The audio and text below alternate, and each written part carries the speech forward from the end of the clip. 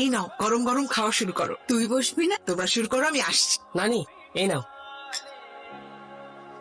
নানি এই ডিম ভাজিটা তুমি নাও। আমার আর কিছু লাগবে না। তাহলে আমি খেয়ে ফেলি।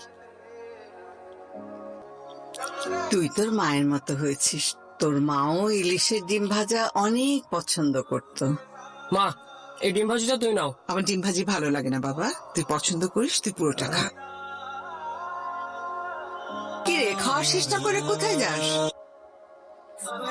ভাই আমাকে একটা ডিমওয়ালা ইলিশ দেন, ঘানিতে ভাঙা সরিষার তেল দেন।